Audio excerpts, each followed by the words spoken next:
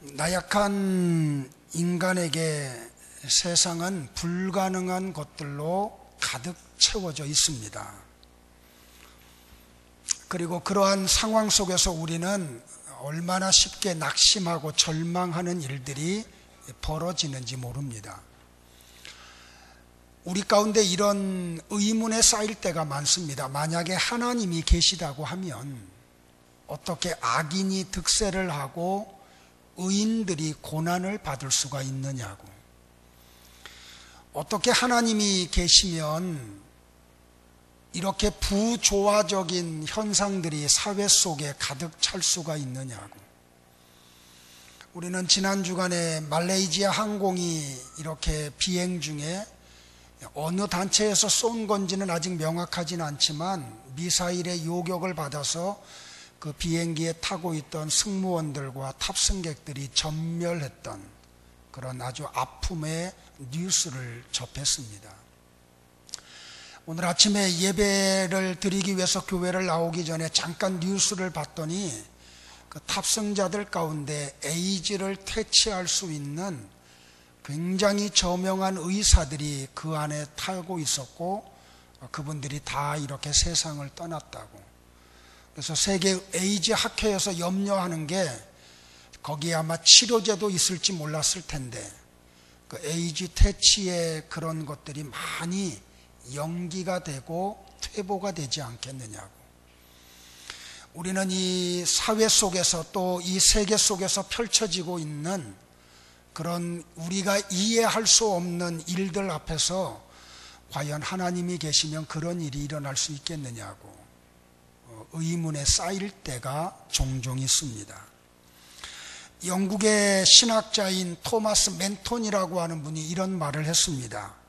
사람은 무한하신 하나님을 이해하거나 측량할 수가 없다라고 말입니다. 우리의 이 인간의 두뇌를 가지고 우리의 미약한 이 능력을 가지고 하나님이 하시는 일을 어떻게 다 우리가 이해할 수 있고 측량할 수가 있겠습니까? 오늘 욥기서만 해도 바로 우리는 이해할 수 없는 일들이 욥기서에 가득 채워져 있음을 발견하게 됩니다. 어떻게 하나님이 그렇게 칭찬하고 자랑하는 의인 욥에게 하루아침에 재산을 다 잃어버리고 종들도 다 잃어버리고 10명의 자녀가 한날에 다 죽음을 당하는 그런 일을 우리가 어떻게 이해를 할 수 있습니까? 그렇게 하나님을 섬기는 욥, 하나님이 사탄에게 대놓고 칭찬하던 욥이 악창이 들러가지고 재 가운데 주저앉아서 깨어진 기와장으로 그 피부를 긁는 그 모습을 우리가 어떻게 이해를 합니까? 오늘 욥의 친구 엘리바스가 이런 말을 합니다. 볼지어다 하나님께 징계받는 자에게는 복이 있나니 그런즉 너는 전능자의 경책을 업신여기지 말지니라. 우리의 머리로 이해할 수 없는 일들이 벌어질 때 그때 우리는 어리석게 입술로 범죄하지 않기를 바랍니다. 그런 가운데도 하나님을 바라보시고 하나님을 의지하시고 내가 이해할 수 없는 하나님의 그 행함 앞에 그저 아멘하고 따라갈 수 있는 믿음의 사람들이 되기를 주님의 이름으로 축복을 합니다. 그렇습니다. 여러분들, 오늘 엘리바스가 그렇게 표현을 합니다. 하나님은 욥을 아프게 하셨다. 그리고 싸매셨고 또 상하게 하시고 고치셨다. 사랑하는 자녀를 아프게 하는 하나님을 이해할 수 있습니까, 여러분들? 이 하나님이 오늘 어떻게 했다고요? 성도를 때때로 아프게 하시는 분이래요. 하나님이 그러면 언제 당신의 백성을 아프게 하고 상하게 하시나요? 참 이해할 수 없어요, 여러분들. 독생하신 아들 예수 그리스도를 십자가의 죽임을 통해서 나와 여러분을 구원하시고 하나님의 자녀 삼으신 그 하나님이 왜 친자녀인 나와 여러분을 때때로 아프게 하고 상하게 할까요? 첫째는 우리가 범죄한 죄를 깨닫게 하고 회개를 촉구하시기 위해서 우리를 아프게 하시고 상하게 하실 때가 있습니다. 이 세상에서 나와 여러분이 겪는 많은 아픔이 죄로 인해서 시작된다는 것입니다. 모든 인생은 고난 중에 출생을 합니다. 다윗이 우리아의 아내 밧세바를 범하고 난 다음에 나단 선지자가 와서 꾸짖을 때에 회개를 한 후에 이런 고백을 해요. 나의 어머니가 죄악 중에 나를 잉태했다고. 오늘 욥기서 본문 6절과 7절에서 말하기를 악은 흙에서 생겨나는 것이 아니고 불행은 땅에서 싹트는 것이 아니라네. 그런데도 인생은 문제를 갖고 태어나네. 그것은 마치 불꽃들이 위로 솟는 것과 같지 라고 표현하므로 사람은 죄 때문에 상함을 당한다고, 아픔을 겪는다고 말을 합니다. 죄 때문에 영혼들이 아파합니다. 육신의 아픔의 많은 경우가 죄로 말미암아 출발한다는 사실입니다.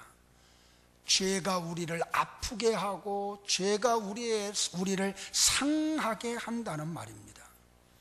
죄가 우리에게 고난을 가지고 옵니다. 다윗의 아픔이 그랬습니다. 저 믿음의 조상 아브라함의 아픔이 그랬고 요셉의 고난이 거기에서부터 출발을 했습니다. 베드로가 눈물을 흘려 회개함이 바로 거기서부터 출발을 했습니다. 하나님이 우리를 아프게 하실 때가 있습니다. 언제요? 우리에게 복을 주시기 위해서 때때로 아프게 하실 때가 있습니다. 그 대표적인 경우가 욥입니다. 그는 순전하고 정직한 사람이었습니다. 그는 하나님을 경외하는 사람이었습니다. 악에서 떠난 삶을 살았던 아주 경건한 사람이었습니다.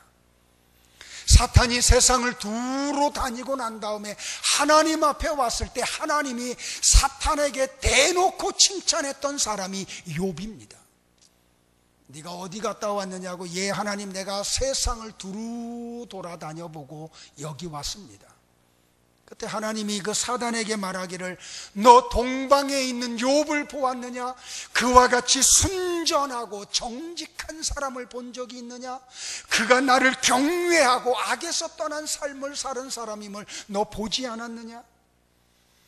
그때에 사단이 하나님에게 이의를 제기합니다. 하나님, 물질 축복 주고 건강 축복 주고 가정의 평안을 주고 명예를 주고 권력을 주고 그렇게 평안함을 주시는데 누가 그렇게 하나님을 섬기지 않겠느냐고.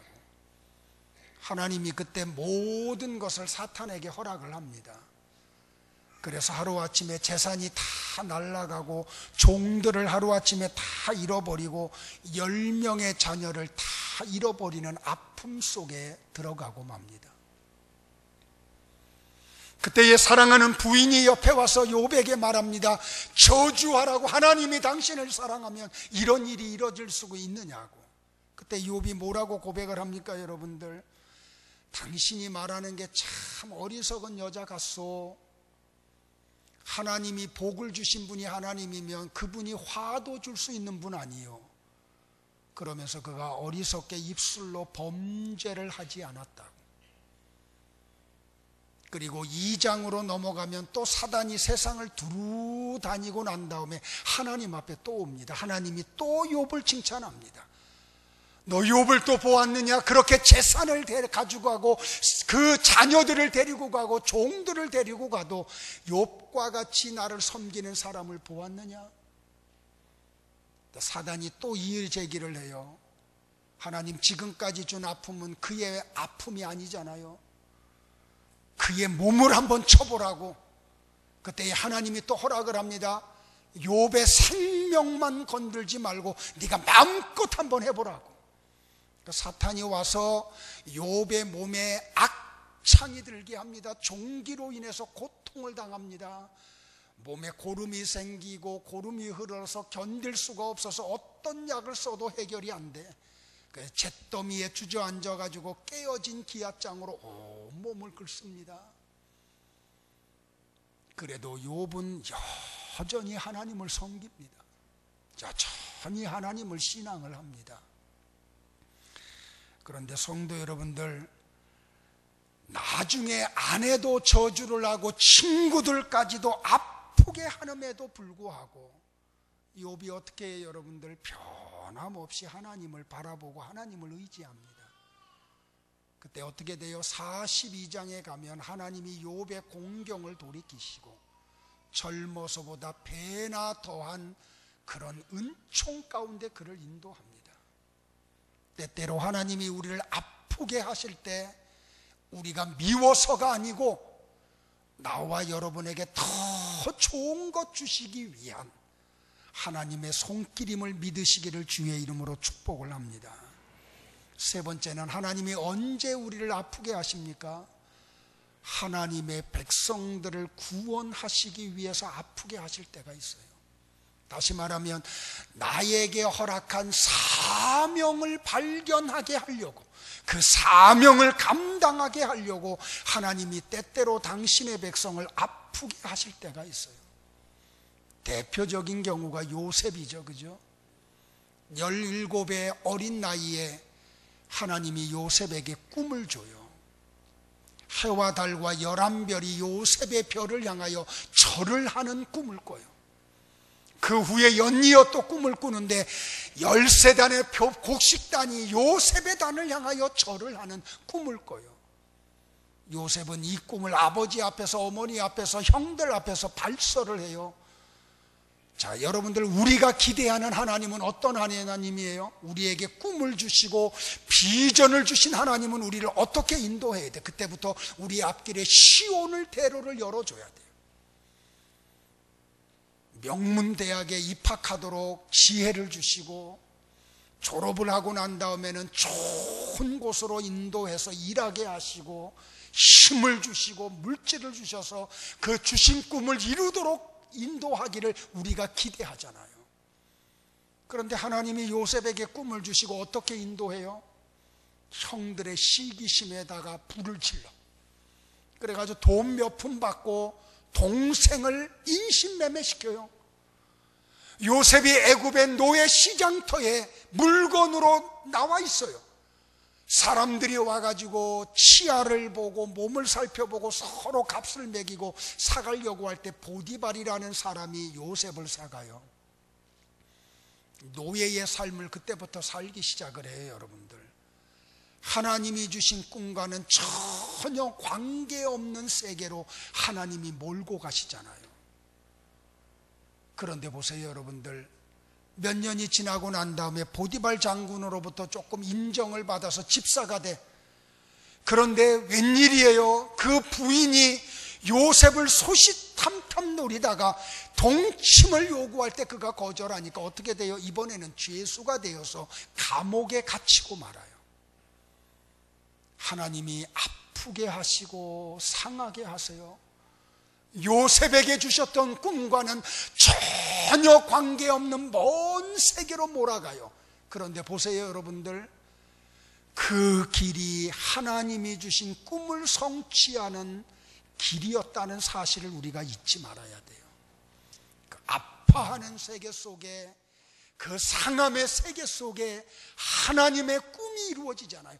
마침내 술 맡은 관원장을 통하여 바로를 만나게 되고 그의 꿈을 해몽함으로 애굽의 국무총리가 되고 전 세계 민족을 살리는 놀라운 사명의 세계 속으로 들어가요. 나중에 그의 형들이 그의 앞에서 머리 숙여 경배할 때 요셉이 하는 말이 뭐예요? 여러분들, 하나님이 생명을 구원하시려고 나를 당신들 앞서서 이곳으로 보냈습니다. 아픔을 통해서 사명을 발견하고 사명을 감당할 수 있는 위치에 올라가고 마침내 그것을 감당하는 역사가 그의 삶 속에 이루어져요. 사랑하는 성도 여러분들, 저도 살다가 하나님으로부터 아픔을 당한 적이 있어요. 하나님으로부터 상함을 입은 적이 있어요. 고등학교 2학년 때 은혜를 받고 목사에 대한 소명을 하나님 앞에 받아요.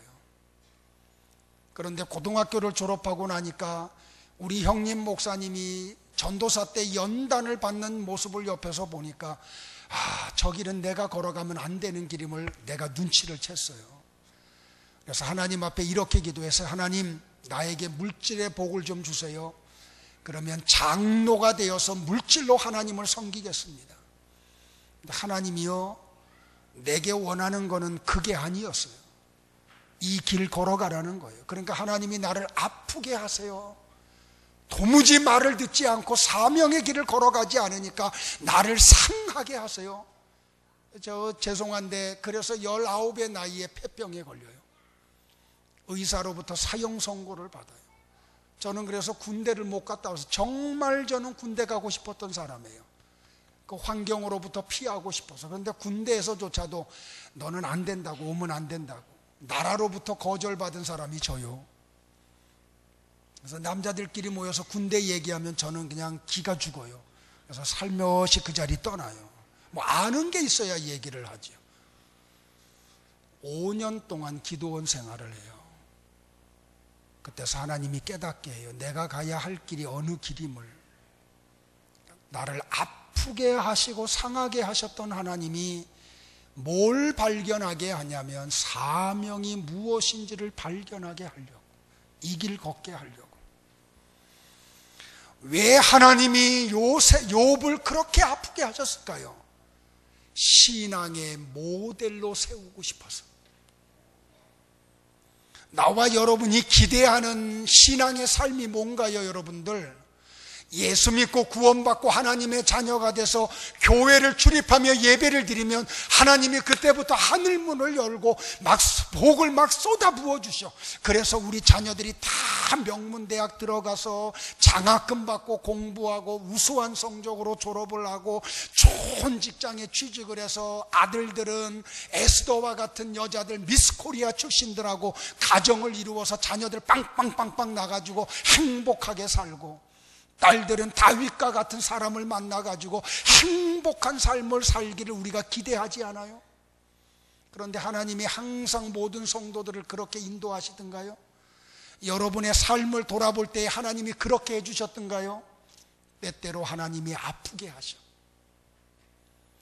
하나님의 구원의 자녀가 되고 백성이 되었음에도 불구하고 하나님이 우리의 삶에 상함을 가져올 때가 얼마나 많아요.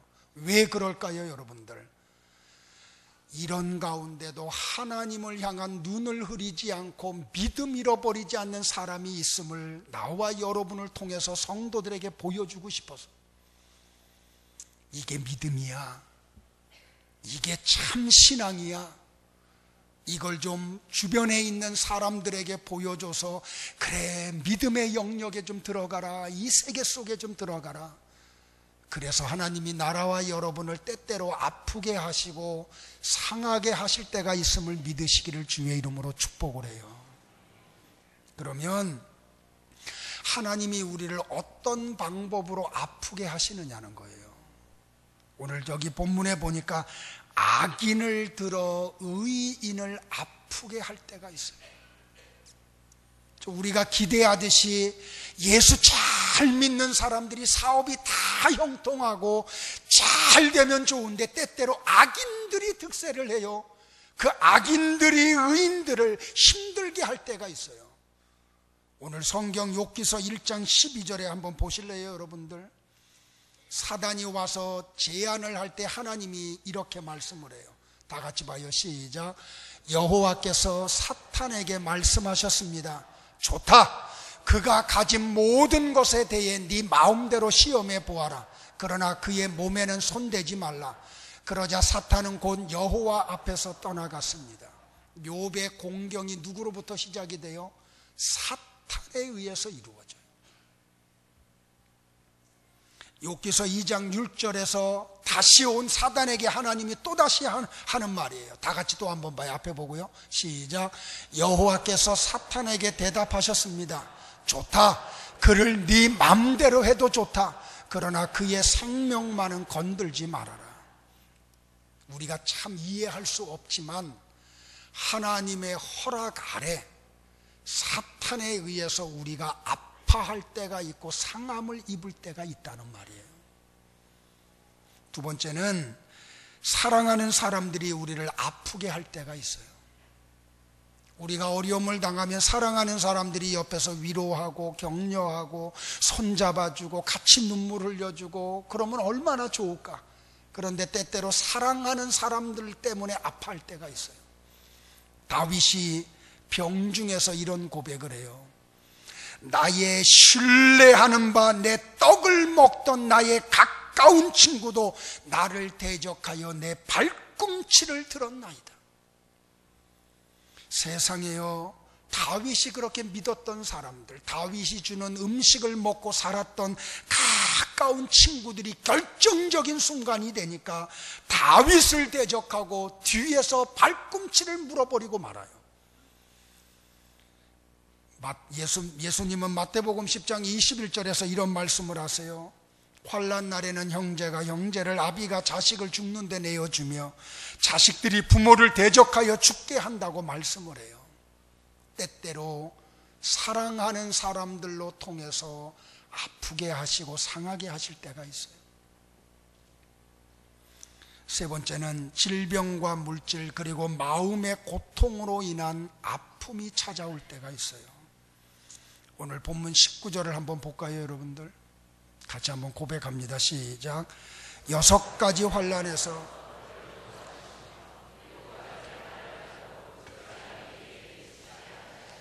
이 말이 뭘 의미하냐면 환난이 그치지 않고 연속적으로 이루어진다는 말이에요.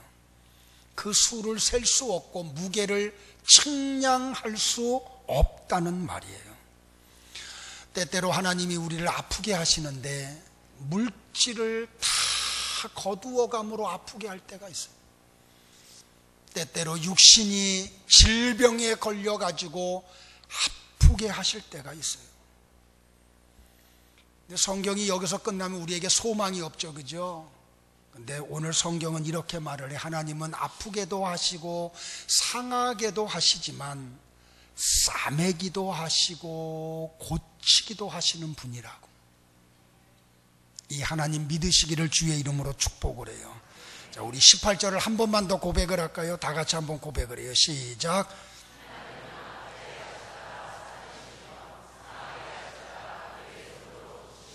할렐루야. 하나님은요, 문제만 주는 분이 아니고 답도 주시는 분이에요. 치료하시는 하나님, 회복하시는 하나님, 위로하시는 하나님, 복과 번성을 주시는 하나님. 6가지 환난을 만나도 하나님은 거기서 너를 구원해 주시고 7가지 환난이라도 그 재앙이 네게 미치지 않게 하시는 하나님이라고. 이 말은 궁극적으로 하나님이 성도를 구원하신다는 뜻이에요. 여러분들 성경 66권을 한번 자세히 한번 묵상해 보세요. 모든 성경의 마지막이 항상 좋게 끝나. 이 말은 무슨 말이냐면 성도들의 삶의 중간에 환난이 있고 아픔이 있고 어려움이 있지만 성도의 마지막은 반드시 하나님이 좋게 하신다는 거예요. 이거 믿기를 주의 이름으로 축복을 합니다. 어디에서 우리를 건져주신다고요? 어디에서 우리를 고쳐주신다고요? 20절로 27절에 보면 이렇게 열거되어 있어요. 기근에서 우리를 건져주시고 전쟁에서 우리를 보호해 주시고 악담과 해방에서 우리를 해방시켜 주시고 멸망에서 들짐승들로부터 밭에 있는 돌들로부터 우리를 구원해 주신다고 말씀을 하고 계세요. 그런 거로 성도 여러분들, 우리가 이런 하나님의 아프게 하시고 상하게 하실 때 해야 될 게 뭐냐면 하나님을 향한 믿음을 잃어버리면 안 돼. 나를 향한 하나님의 사랑에 대해서 의심을 하면 안 돼요. 왜? 하나님은 반드시 우리를 고치시고 싸매어 주시는 분이시기 때문에. 그래서 욥기서 23장 10절에서 욥이 이런 고백을 해요. 이 믿음이 있기 때문에. 우리 성도님들 이 욥기서 23장 10절은 좀 암송하고 다니면서 묵상하기를 바라요. 다 같이 한번 고백할까요? 시작. 나의 가는 길을 오직 그가 아시나니 그가 나를 단련하신 후에는 내가 정금같이 나오리라. 할렐루야. 그러니까 욥은 어떻게 해석을 하냐면, 하나님이 나를 아프게 하시고 상하게 하시는 것은 아직도 내 속에 남아있는 신앙의 불순물을 하나님이 빼내시려고, 그래서 내가 순도 높은 순금과 같은 믿음의 결정체로 나오기 원한다고 그런 고백을 해요. 42장 5절에서 욥이 이렇게 고백을 해요. 같이 한번 고백을 할까요? 시작. 내가 주께 대하여 귀로 듣기만 하였었더니 이제는 눈으로 주를 배움나이다. 왜 하나님이 우리를 아프게 하시나요? 왜 상하게 하시나요? 머리로만 알던 하나님을 가슴으로 알게 하기 위해서. 이 하나님을 내 피부 조직 하나하나로 다 느끼게 하시려고, 아파하지 않으면, 상함의 세계 속으로 들어가지 않으면 그 영역에까지 자라지 못함을 우리 하나님이 너무 잘 아시니까, 그래서 우리의 육의 것을 조금 아프게 하고 상하게 하심으로 내 피부족이 하나하나가 하나님을 알게 해. 체험적인 신앙의 세계 속으로 우리를 집어넣으려고. 눈물 흘리는 거 알면서도 하는 우리 하나님이, 아파하는 거 알면서도, 얼마나 힘든지를 알면서도 우리 하나님이 참으시면서 우리를 아프게 해요. 왜? 우리 몸 하나하나, 피부 조직 하나하나, 세포 하나하나로 하나님을 좀 알게 하려고. 하나님 알아가기를 주의 이름으로 축복을 해요. 사랑하는 성도 여러분들, 히브리서 기자가 히브리서 12장 5절로부터 12절에서 이런 고백을 해요. 제가 좀 아가페 쉬운 성경으로 같이 좀 가지고 왔어요. 우리 스크린을 통해서 한번 다 같이 입술로 고백하기를 바랍니다. 하나하나 놓치지 말고요. 같이 고백합니다. 시작. 여러분은 하나님께서 그의 아들을 격려하듯이 말씀해 주신 것을 잊었습니까? 내 아들아, 주의 훈계를 가볍게 여기지 말고 주님께서 너를 꾸짖으실 때 낙심하지 마라. 주님께서는 사랑하는 자에게 벌을 주시고 그의 아들로 받아들인 자들을 채찍질하신다. 따라서 여러분이 받는 고난을 아버지의 훈계로 알고 견디십시오. 하나님께서는 아버지가 자기 아들에게 벌 주듯이 여러분을 대하는 것입니다. 아들을 훈계하지 않는 아버지는 어디에도 없습니다. 아들이면 훈계를 받게 마련입니다. 만일 여러분에게 아무 훈계가 없다면 여러분은 사생아이며 참아들이 아닙니다. 우리는 이 땅에서 모두 육체의 아버지가 있습니다. 그 아버지가 우리를 훈계한다 해도 공경하는데, 하물며 영의 아버지의 훈계를 받아들여야 하는 것은 말할 필요도 없지 않습니까?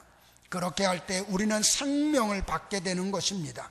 이 땅에서의 아버지는 그들이 가장 좋다고 생각하는 대로 우리를 벌합니다. 그러나 하나님께서는 우리가 그분의 거룩하심을 닮게 하기 위하여 벌하십니다. 훈계를 받는 바로 그때에는 즐거움이 없고 고통스럽습니다. 그러나 후에 그 훈계 때문에 더 나은 사람이 된다면 우리에게 평안이 있을 것입니다. 왜냐하면 우리가 올바른 길 안에서 살아가게 되었기 때문입니다. 여러분은 피곤한 손과 연약한 무릎을 강하게 하여 일어나십시오. 저는요, 이 본문을 보면서요, 이 말이 가장 깊이 있게 와요. 왜 우리를 하나님이 이렇게 징계하시는가? 왜 아프게 하시는가? 왜 상하게 하시는가? 하나님께서는 우리가 그분의 거룩하심을 담게 하기 위해서 벌하신다고 말을 해요. 아픔 가운데 있는 분 계세요? 상함 속에서 눈물 흘리고 계신 분들 계세요? 하나님이 그 아프게 하고 상하게 함을 통해서 여러분에게 요구하는 게 하나예요. 얘들아, 거룩한 세계 속에 좀 들어와라. 나를 좀 닮아라.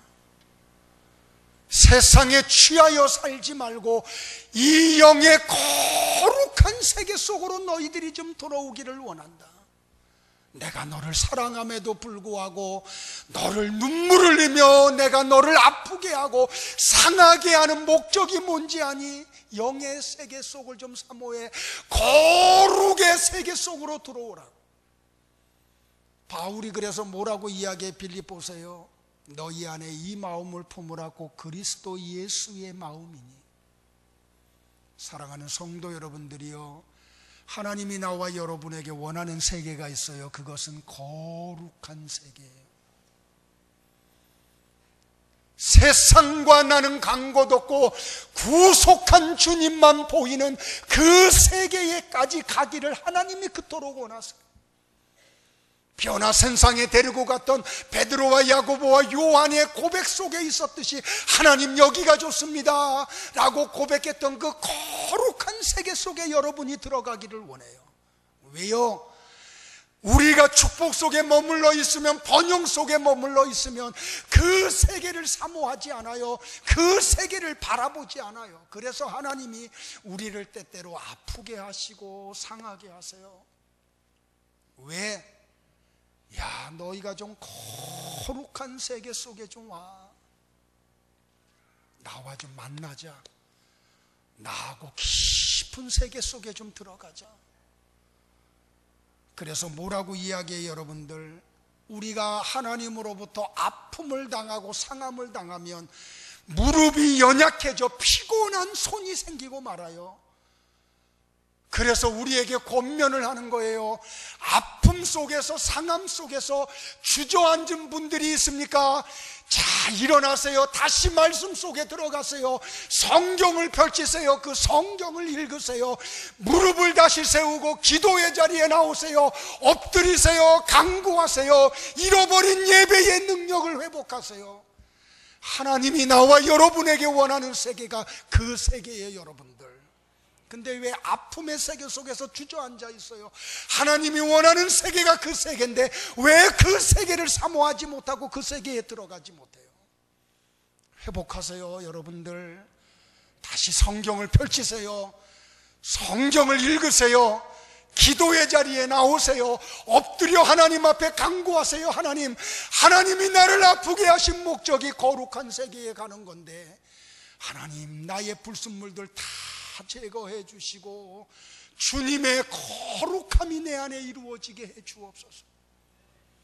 모세와 같이 하나님 주의 영광을 내게 보여주옵소서.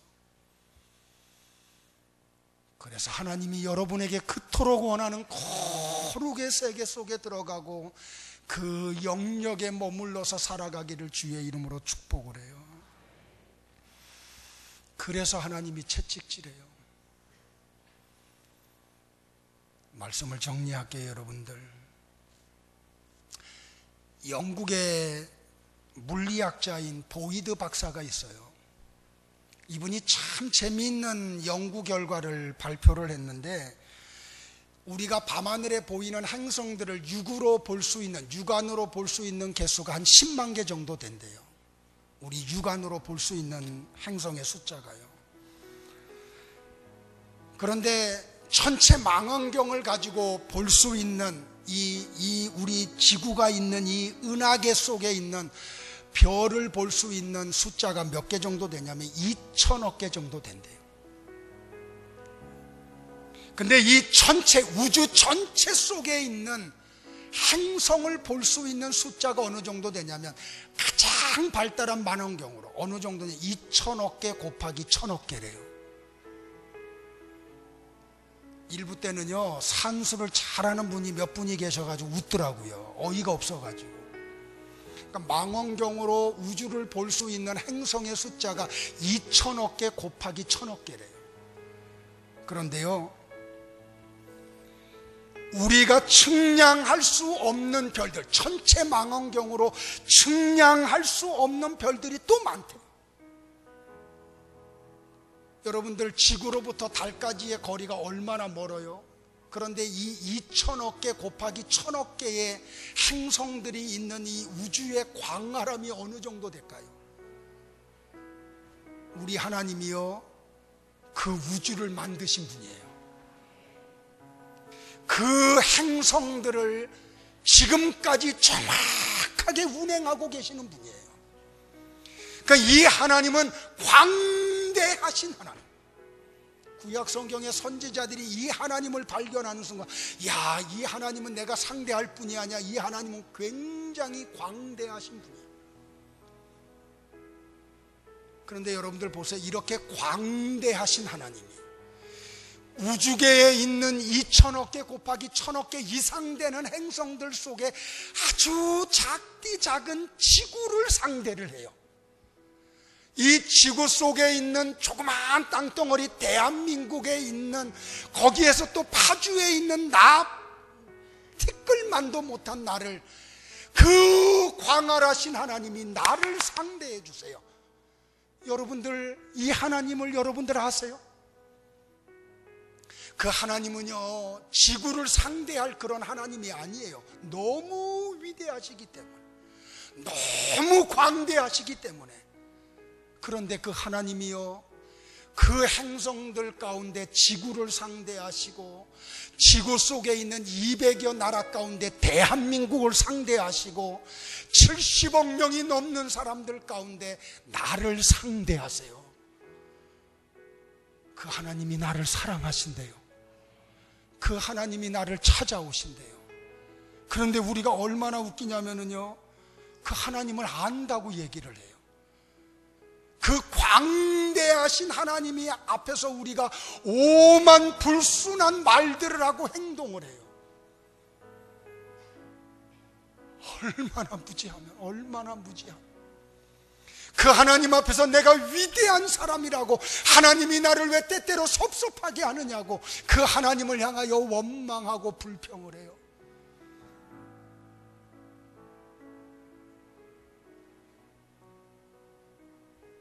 이해가 가요, 여러분들? 저는요, 이걸 묵상하는 순간에 하나님 앞에서 내가 할 말이 아무 말도 없어요. 그 광대하신 하나님, 그 위대하신 하나님, 내가 감히 얼굴을 들어 그분의 모습을 볼 수도 없고 그분의 이름을 말로 형용할 수 없는 그 하나님이 나를 상대하시고 나를 사랑해 주시고 나를 자녀 삼아 주시고 나를 이렇게 인도해 주세요.